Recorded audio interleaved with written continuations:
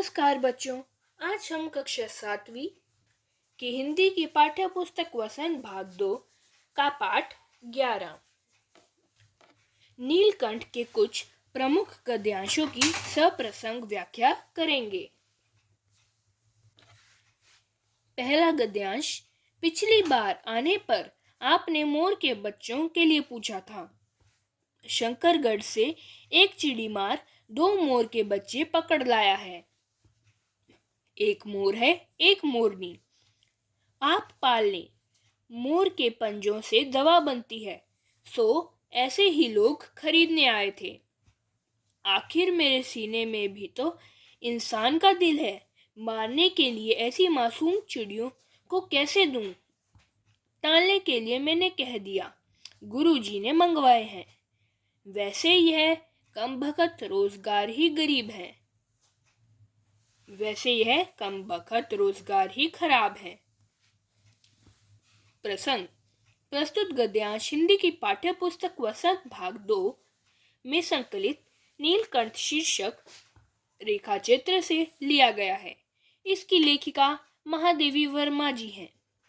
इस रेखाचित्र में उन्होंने नीलकंठ नामक मोर के जीवन की विशेषताओं का वर्णन किया है। इन पंक्तियों में बताया गया है कि लेखिका को मोर के 2 बच्चे कैसे प्राप्त हुए थे। व्याख्या।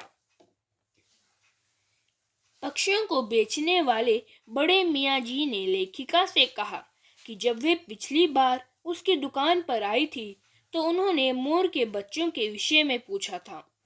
इसलिए शंकरगढ़ से एक चिड़ीमार मोर के 2 बच्चे पकड़ कर लाया है। उनमें एक मोर है और एक मोरनी। आप उनको पाल सकती हैं।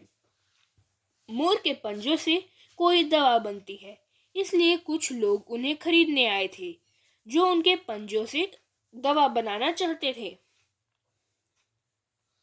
मियाँ जी पुनः कहते हैं कि मेरे सीने में भी इंसान का दिल है, अर्थात मुझे भी पक्षियों पर दया आती है। मैं मारने के लिए ऐसी मासूम चिड़ियों को कैसे ऐसे लोगों के हाथों बेच दूं? मैंने टालने के लिए कह दिया कि गुरुजी ने मंगवाए हैं। वैसे हमारा रोजगार ही बहुत खराब है, क्योंकि वे पक्षियों को पकड़कर बेचने का काम करते हैं, जो उचित नहीं है। विशेष। पक्षियों को बेचने वाले मियाँ जी के जीवन की विशेषताओं का वर्णन किया है। सरल भाषा का प्रयोग किया गया है। अर्थ ग्रहण संबंधी प्रश्नोत्तर। प्रश्न क, पाठ एवं लेखिका का नाम लिखिए। ख, मोर के बच्चे लाने वाला व्यक्ति कहाँ का रहने वाला है? ग, आखिर मेरे सीने में भी तो इंसान का दिल है। ये शब्द किसने किसको कहे हैं? घ, चिड़िया वाले ने अपने रोजगार को कम बखत क्यों कहा है? उत्तर, पाठ नीलकंठ। लेखिका महादेवी वर्मा। ख, मोर के बच्चों को लाने वाला व्यक्ति शंकरगढ़ का रहने वाला है। ग, ये शब्द चिड़िया वाले ने महादेवी जी को कहे हैं। घ, चिड़िया वाले ने अपने रोजगार को कम बखत इसलिए कहा है क्योंकि वे पक्षियों को पकड़कर बेचने का काम करते हैं, जो उचित नहीं है। पद्यांश 2। प्रसंग। प्रस्तुत गद्यांश हिंदी की पाठ्य पुस्तक वसंत भाग 2 में संकलित नीलकंठ शीर्षक रेखाचित्र से लिया गया है। इस रेखाचित्र की लेखिका महादेवी वर्मा है। इन पंक्तियों में लेखिका ने मोर के बच्चों के विषय में बताया है। व्याख्या। लेखिका ने बताया है कि 2-4 दिन मोर के बच्चों का वह जोड़ा इसी प्रकार दिन में इधर उधर छिपकर रहता था तथा रात को लेखिका की रद्दी की टोकरी में आकर बैठ जाता था। इसके बाद वे आश्वास हो जाने के पश्चात कभी वे मेरी मेज पर तो कभी कुर्सी पर आ बैठते। इतना ही नहीं, वे लेखिका से इतने घुल मिल गए थे कि कभी लेखिका के सिर पर अचानक बैठ जाते थे। घर की खिड़कियों में तो जाली लगी थी, किंतु फिर भी उसे दरवाजा सदा बंद रखना पड़ता था, क्योंकि दरवाजा खुले रहने पर चित्रा नामक बिल्ली नए मेहमानों का पता लगा सकती थी, और तब उसकी इस खोज और मोर के बच्चों के जोड़े का क्या परिणाम होता, इसका अनुमान लगाना कठिन नहीं है। वैसे चित्रा बिल्ली चूहों पर भी आक्रमण नहीं करती, किंतु यहाँ तो दो बिल्कुल अनजान पक्षी थे तथा उनके बिना अधिकार की चेष्टा का प्रश्न भी था। कहने का भाव यह है कि बिल्ली उन्हें मार भी सकती थी। विशेष लेखिका के पक्षियों के प्रति प्रेम का पता चलता है। सरल भाषा का प्रयोग किया गया है। अर्थग्रहण संबंधी प्रश्नोत्तर। प्रश्न क, पाठ एवं लेखिका का नाम बताइए। ख, कौन 2-4 दिन इधर उधर गुप्तवास करते रहे थे। ग, चित्रा कौन थी और उसके लिए नवांगतुक कौन थे। घ, चूहों पर आक्रमण कौन नहीं करता था। उत्तर, पाठ नीलकंठ, लेखिका महादेवी वर्मा। ख, मोर के बच्चों का जोड़ा कुछ दिन इधर उधर छुपकर रहते थे। ग, चित्रा एक बिल्ली थी और उसके लिए मोर के बच्चों का जोड़ा नवांगतुक था। घ, चित्रा बिल्ली चूहों पर आक्रमण नहीं करती थी। पद्यांश 3। प्रसंग।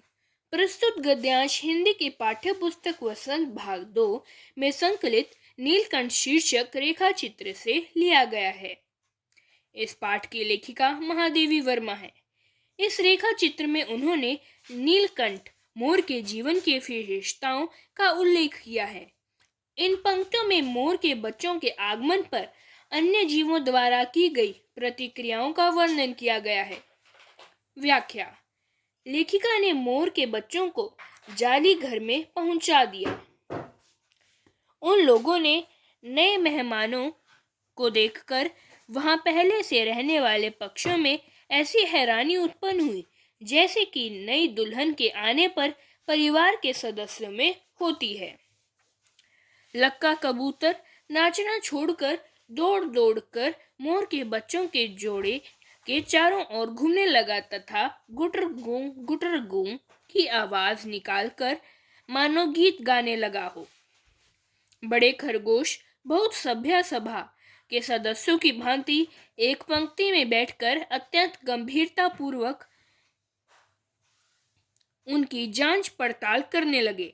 छोटे छोटे खरगोश भी उनके गोलों के समान अत्यंत सुंदर लग रहे थे। वे उनके चारों ओर उछल कूद करने लगे।